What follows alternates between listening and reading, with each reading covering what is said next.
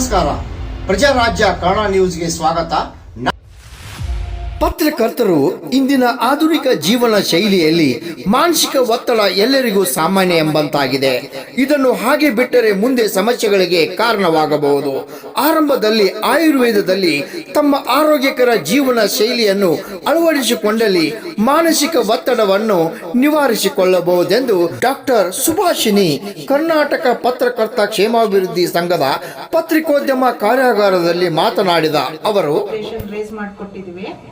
ಅದೇ ನೀವು ಅಲೋಪತಿಲಿ ಹೋಯ್ತು ಅಂತ ಅಂದ್ರೆ ಒಂದು 15 ದಿನ ಇರ್ಬೋದು, 20 ದಿನ, ಒಂದು ತಿಂಗಳುಗಳ ಕಾಲನು ವೆಂಟಿಲೇಷನ್ ಅಲ್ಲಿ ಇದ್ದು ಆಕ್ಸಿಜನ್ ತಗೊಂತಾ ಇದ್ರೂ ನಿಮ್ಗೆ ಸ್ಯಾಚುರೇಷನ್ ರೇಸ್ ಆಗಿಲ್ಲ. ಸೊ ಆಯುರ್ವೇದ ಅಂದ್ರೆ ಸ್ಲೋ ಅನ್ನೋದು ತಪ್ಪು ಕಲ್ಪನೆ. ಇನ್ನೊಂದು ಆಯುರ್ವೇದ ಅಂದ್ರೆ ಹೀಟ್. ಆಯುರ್ವೇದ ಅಂದ್ರೆ ಹೀಟ್ ಅಲ್ಲ. ಆಯುರ್ವೇದದಲ್ಲಿ ನಾವು ಯಾವ ರೀತಿ ಡಯಾಗ್ನೋಸ್ ಮಾಡ್ತೀವಿ ಅಂದ್ರೆ ವಾತ, ಪಿತ್ತ, ಕಫ ಅನ್ನೋ 3 ವೈಟಲ್ ಎಲಿಮೆಂಟ್ಸ್ ಅಂತೀವಿ, ತ್ರಿದೋಷಗಳಂತ ಹೇಳ್ತೀವಿ. ಈ ವೈಟಲ್ ಎಲಿಮೆಂಟ್ಸ್ ನಾರ್ಮಲ್ ಅಲ್ಲಿರೋವರೆಗೂ ನಾವು ಆರೋಗ್ಯವಾಗಿರ್ತೀವಿ. ಆಯುರ್ವೇದದ ಪ್ರಕಾರ ಸ್ವಾಸ್ಥ್ಯ ಅಂದ್ರೆ ಹೆಲ್ತ್ ಅಂದ್ರೆ ಏನಂದ್ರೆ just absence of disease, health ಅಲ್ಲ. ನಮ್ಮ ದೋಷಗಳು, ತ್ರಿದೋಷಗಳು ಸಮಸ್ಥಿತಿಲಿ ಇರ್ಬೇಕು. ನಮ್ಮ ಆತ್ಮ, ಇಂದ್ರಿಯಗಳು, ಮನಸ್ಸು ಎಲ್ಲ ಪ್ರಸನ್ನತೆಯಿಂದ ಇದ್ದಾಗ ಮಾತ್ರ ನಾವು ಸ್ವಸ್ಥ ಅಂತ ನಾವು ಹೇಳ್ತೀವಿ.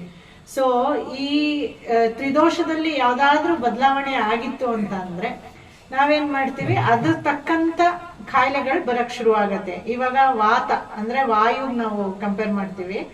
ಆ ವಾತ ದೋಷದಲ್ಲಿ ಏನಾದ್ರೂ ಉಲ್ಬಣ ಆಗಿತ್ತು ಅಂತಂದ್ರೆ ನಿಮ್ಗೆ ಮಂಡಿ ನೋವಿರ್ಬೋದು, ಕತ್ ನೋವಿರ್ಬೋದು, ಕುತ್ತಿಗೆ ನೋವು, ಇಲ್ಲ ಸ್ಟ್ರೋಕು, ಪಾರ್ಕಿನ್ಸನ್, ಈ ತರ ಸುಮಾರು ವ್ಯಾಧಿಗಳು ಬರುತ್ತೆ. ಅವಾಗ ಶೀತ ಗುಣ ಒಂದು ವಾತದ್ದು ಒಂದು ಗುಣ, ನೇಚರ್. ಇವಾಗ ಆಚೆ ಕಡೆ ಈ ತರ ಮಳೆ, ಚಳಿ ಇದೆಲ್ಲ ಇದ್ದಾಗ ಎಲ್ರು ಪ್ರತಿಯೊಬ್ರು ಬಾಡಿಲೂ ವಾತ ಜಾಸ್ತಿ ಆಗತ್ತೆ. ಅವಾಗ ನೋವಿರೋಂತ ವ್ಯಕ್ತಿಗಳಲ್ಲಿ ನೋವುಗಳೆಲ್ಲ ಜಾಸ್ತಿ ಆಗೋ ಸಾಧ್ಯತೆ ಇರುತ್ತೆ. ಅವಾಗ ನಾವೇನ್ ಮಾಡ್ತೀವಿ, ನಾವು ಕೊಡೋಂತ ಮೆಡಿಸನ್ ಆಪೋಸಿಟ್ ಕ್ವಾಲಿಟಿ ಇರಬೇಕು. That is quite common and natural. ಅವಾಗ ನಾವೇನ್ ಮಾಡ್ತೀವಿ, ಉಷ್ಣ ವೀರ್ಯ ಅಂದ್ರೆ ಹೀಟ್ ಇರೋಂತ ಪೊಟೆನ್ಸಿ ಇರೋಂತ ದ್ರವ್ಯಗಳನ್ನ ನಾವು ಔಷಧಿಯಾಗಿ ಕೊಡ್ತೀವಿ. ಸೊ ಅವಾಗ ಅದು ಬ್ಯಾಲೆನ್ಸ್ ಆಗತ್ತೆ, ಯಾವುದೇ ರೀತಿಯಾದ ಹೀಟ್ ಆಗೋದಾಗ್ಲಿ ಇದಾಗ್ಲಿ ಆಗಲ್ಲ. ಅದೇ ರೀತಿ ಪಿತ್ತ ಪ್ರಧಾನ ಕಾಯಿಲೆಗಳು ಅಂತ ಹೇಳ್ತೀವಿ. ಒಂದ್ ಸ್ಕಿನ್ ಇರ್ಬೋದು ಅಥವಾ ಬ್ಲೀಡಿಂಗ್ ಡಿಸಾರ್ಡರ್ಸ್ ಈ ತರ ಎಲ್ಲ ಇದ್ದಾಗ ನಾವು ಅದಕ್ಕೆ ಕೋಲ್ಡ್ ಪೊಟೆನ್ಸಿ ಇರುವಂತ ಮೆಡಿಸಿನ್ಸ್ ನ ಕೊಡ್ತೀವಿ. ಸೊ ಹಾಗಾಗಿ ಆಯುರ್ವೇದ ಅಂದ್ರೆ ಹೀಟು, ಅದು ತಪ್ಪು ಕಲ್ಪನೆ. ಎರಡನೇದು. ಮೂರನೇದು ಬಂದ್ಬಿಟ್ಟು ಆಯುರ್ವೇದ ಅಂತ ಅಂದ್ರೆ ನಿಮ್ಗೆ ಏನೋ ಪಥ್ಯ ಹೇಳ್ಬಿಡ್ತಾರೆ ಅಂತ. ಆಯುರ್ವೇದ ಅಂದ್ರೆ ಪಥ್ಯ ಅಲ್ಲ. ನಾವು ಹೇಳೋ ಪಥ್ಯ ನಿಮ್ಮ ಕಾಯಿಲೆಗೆ, ನಿಮ್ಮ ದೇಹಕ್ಕೆ ನಾವು ಪಥ್ಯ ಹೇಳೋದು. ನೀವು ಅಲೋಪತಿ ತಗೊಳ್ಳಿ, ಆಯುರ್ವೇದ ತಗೊಳ್ಳಿ, ಪಥ್ಯ ಮಾಡೋದ್ರಿಂದನೇ ನಿಮ್ಗೊಂದು 20-30% ಕಾಯಿಲೆ ಕಮ್ಮಿ ಆಗೋಗುತ್ತೆ ಔಷಧಿ ಇಲ್ದೇನೆ. ಸೊ ಹಾಗಾಗಿ ನಾವು ಅದನ್ನ ಹೇಳ್ಕೊಡ್ತೀವಿ, ಅವ್ರು ಹೇಳ್ಕೊಡಲ್ಲ, ಅಷ್ಟೇ ವ್ಯತ್ಯಾಸ. ಸೊ ಆಯುರ್ವೇದ ಅಂದ್ರೆ ಪಥ್ಯ ಅಲ್ಲ. ಇದು 3 ತಪ್ಪು ಕಲ್ಪನೆಯಿಂದ ಹೊರಗಡೆ ಬಂದು ಆಯುರ್ವೇದನ ನಾವು ನಮ್ಮ ಜೀವನ ಶೈಲಿ ಅಂದ್ರೆ ಡೈಲಿ ನಮ್ಮ ರೊಟೀನ್ ಅಲ್ಲಿ, ನಮ್ಮ ಡೈಲಿ ಎವ್ರಿ ಡೇ ಲೈಫ್ ಅಲ್ಲಿ ನಾವು ಆಯುರ್ವೇದನ ಇನ್ಕ್ಲೂಡ್ ಮಾಡ್ಕೊಂಡ್ರೆ ಆಯುರ್ವೇದ ಜಸ್ಟ್ ಮೆಡಿಕಲ್ ಸೈನ್ಸ್ ಅಲ್ಲ. Ayurveda is A life science. ಅಂದ್ರೆ ಆಯುರ್ವೇದನ ನಾವು ನಮ್ಮ ಜೀವನಕ್ಕೆ ಎವ್ರಿ ಡೇ ಲೈಫ್ ಅಲ್ಲಿ ಅಳವಡಿಸ್ಕೊಂಡಾಗ ಕಾಯಿಲೆನೇ ಬರ್ದೇ ಇರೋ ತರ ನಾವು ಹೆಲ್ತಿಯಾಗಿ ಸ್ವಾಸ್ಥ್ಯವನ್ನ ಕಾಪಾಡ್ಕೋಬಹುದು. ಅದು ಹೇಗೆ ಅಂತ ನಾನು ಹೇಳ್ತೀನಿ. ಯಾರ್ಯಾರು ಬ್ರಾಹ್ಮಿ ಮುಹೂರ್ತದಲ್ಲಿ ಎದ್ದೊಳ್ತೀರಾ ಕೈ ಎತ್ತಿ. ಬ್ರಾಹ್ಮಿ ಮುಹೂರ್ತ ಅಂದ್ರೆ ಗೊತ್ತಾ? 4 ಗಂಟೆ. ಬ್ರಾಹ್ಮಿ ಮುಹೂರ್ತದಲ್ಲಿ ಯಾರ್ಯಾರು ಎದ್ದೊಳ್ತೀರಾ ಕೈ ಎತ್ತಿ. ನೋಡಿ, ತುಂಬಾ ಕಮ್ಮಿ number. Very good. Any time 4 ರಿಂದ 6 ಗಂಟೆ ಬಿಫೋರ್ ಸನ್ರೈಸ್, ಸೂರ್ಯೋದಯಕ್ಕೆ ಮುಂಚೆ ಬ್ರಾಹ್ಮಿ ಮುಹೂರ್ತ ಅಂತೀವಿ. ಆಯುರ್ವೇದದಲ್ಲಿ ನಾವು ಡಿಸೀಸಸ್ ನ ಪ್ರಿವೆಂಟ್ ಮಾಡ್ಬೋದು. ಸೊ ಪ್ರಿವೆನ್ಷನ್ ನಿಮ್ಗೆ ಯಾವ ಸೈನ್ಸ್ ಅಲ್ಲೂ ಸಿಕ್ಕಲ್ಲ.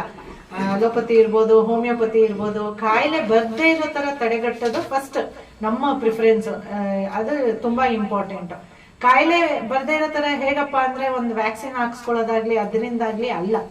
ನಮ್ಮ ದೇಹನ ನಾವು ಕರೆಕ್ಟ್ ಆಗಿ ಇಟ್ಕೊಂಡ್ರೆ, ಅಂದ್ರೆ ನಮ್ಮ ಜೀವನ ಶೈಲಿ ಇರ್ಬೋದು, ಲೈಫ್ ಸ್ಟೈಲು, ನಾವು ತಿನ್ನೋಂತ ಆಹಾರ, ಇದ್ರಲ್ಲೆಲ್ಲ ನಾವು ಬದಲಾವಣೆ ಮಾಡ್ಕೊಂಡ್ಬಿಟ್ರೆ ನಾವು ಎಲ್ಲಾ ತರ ಕಾಯಿಲೆಗಳನ್ನ ಪ್ರಿವೆಂಟ್ ಮಾಡ್ಬೋದು, ಇನ್ಕ್ಲೂಡಿಂಗ್ ಕ್ಯಾನ್ಸರ್.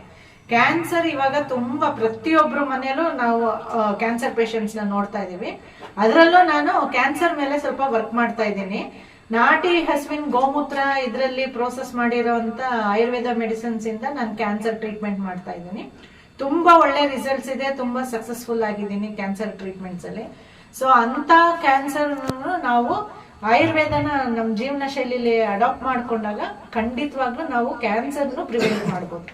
ಅದು ಹೇಗೆ ಅಂತ ಅಂದ್ರೆ, ಬ್ರಾಹ್ಮಿ ಮುಹೂರ್ತದಲ್ಲಿ ಎದ್ದಾಗಿಂದ ರಾತ್ರಿ ನಾವು ಮಲಗೋವರೆಗೂ ಕೆಲವೊಂದು ಆಚಾರಗಳನ್ನ ನಾವು ಪಾಲಿಸ್ಕೋಬೇಕಾಗತ್ತೆ. ಒಂದು ಫಸ್ಟ್ದಾಗಿ ಬ್ರಾಹ್ಮಿ ಮುಹೂರ್ತದಲ್ಲಿ ಎದ್ದೊಳ್ಬೇಕು 4 ರಿಂದ 6 ಗಂಟೆ. 4ಕ್ಕೆ ಹೇಳಿಲ್ಲ ಅಂದ್ರೆ ಅಟ್ಲೀಸ್ಟ್ 5 ಇಲ್ಲ ಅಂದ್ರೂ 5:15, ಇಲ್ಲ ಅಂದ್ರೂ 6 ಗಂಟೆ ಸೂರ್ಯೋದಯಕ್ಕೆ ಮುಂಚೆ ಎದ್ದು, ಇದನ್ನ ನಾವು ದಿನಚರಿ ಅಂತೀವಿ ಆಯುರ್ವೇದದಲ್ಲಿ, ಡೈಲಿ ರೊಟೀನ್.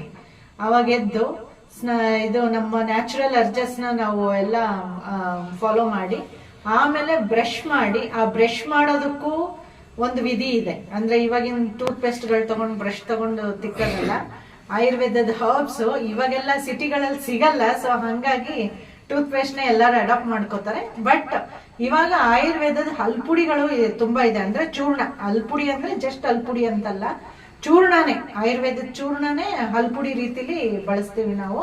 ನಿಮ್ಗೆಲ್ಲ ಆಯುರ್ವೇದಿಕ್ ಸ್ಟೋರ್ಸ್ ಅಲ್ಲೂ ಸಿಕ್ಕತ್ತೆ. ಸೊ ಅದನ್ನ ತಗೊಂಡು ಗಮ್ಸ್, ಟೀತ್ ಎಲ್ಲ ಚೆನ್ನಾಗಿ ಉಜ್ಕೊಂಡು ಬ್ರಷ್ ಮಾಡ್ಕೋಬೇಕು.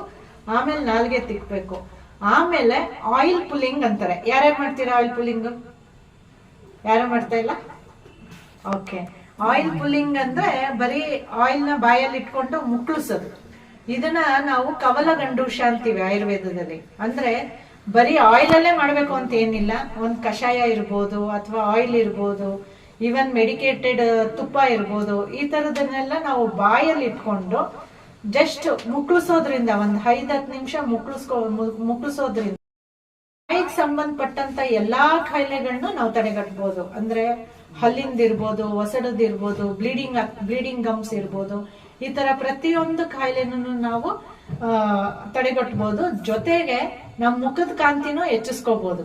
ಅಂದ್ರೆ ಆಗ್ತಾ ಇದ್ರು ನಾವೊಂದು 50 ವರ್ಷದವರಾದ್ರೂ ಒಂದ್ 40 ವರ್ಷದವ್ರ ತರ, 10 ವರ್ಷ ಕಮ್ಮಿ ಇರೋರ್ ತರ ನಾವು ಕಾಣಿಸ್ಕೋಬಹುದು ಈ ಆಯಿಲ್ ಪುಲ್ಲಿಂಗ್, ಕವಲ ಗಂಡೂಷ ಅಂತ ಹೇಳ್ತೀವಿ, ಇದು ಮಾಡೋದ್ರಿಂದ. ನೆಕ್ಸ್ಟ್ ಸ್ಟೆಪ್ ಆಯುರ್ವೇದದಲ್ಲಿ ಏನು ಅಂತ ಅಂದ್ರೆ ಯೋಗಾಭ್ಯಾಸ. ಯಾರ್ಯಾರು ಯೋಗ ಮಾಡ್ತೀರಾ, ಪ್ರಾಣಾಯಾಮ ಮಾಡ್ತೀರಾ? ಕೈ ಅಟ್ಲೀಸ್ಟ್ ಇಷ್ಟಾದ್ರೂ ಸಂತೋಷ ಆಗ್ತಾ ಇದೆ. ಒಂದ್ 3-4 ಜನ. ಮೋದಿ ಪ್ರಭಾವ ಅಂತ ಅನ್ಕೋತೀನಿ. ಮೋದಿಜಿ ಅವ್ರು ಬಂದು ಯೋಗನ ಇಂಟರ್ನ್ಯಾಷನಲ್ ಯೋಗ ಡೇ ಮಾಡಿದಾಗಿಂದ ಸ್ವಲ್ಪ ಯೋಗದ ಮೇಲೆ ಒಲವು ಜಾಸ್ತಿ ಆಗಿದೆ.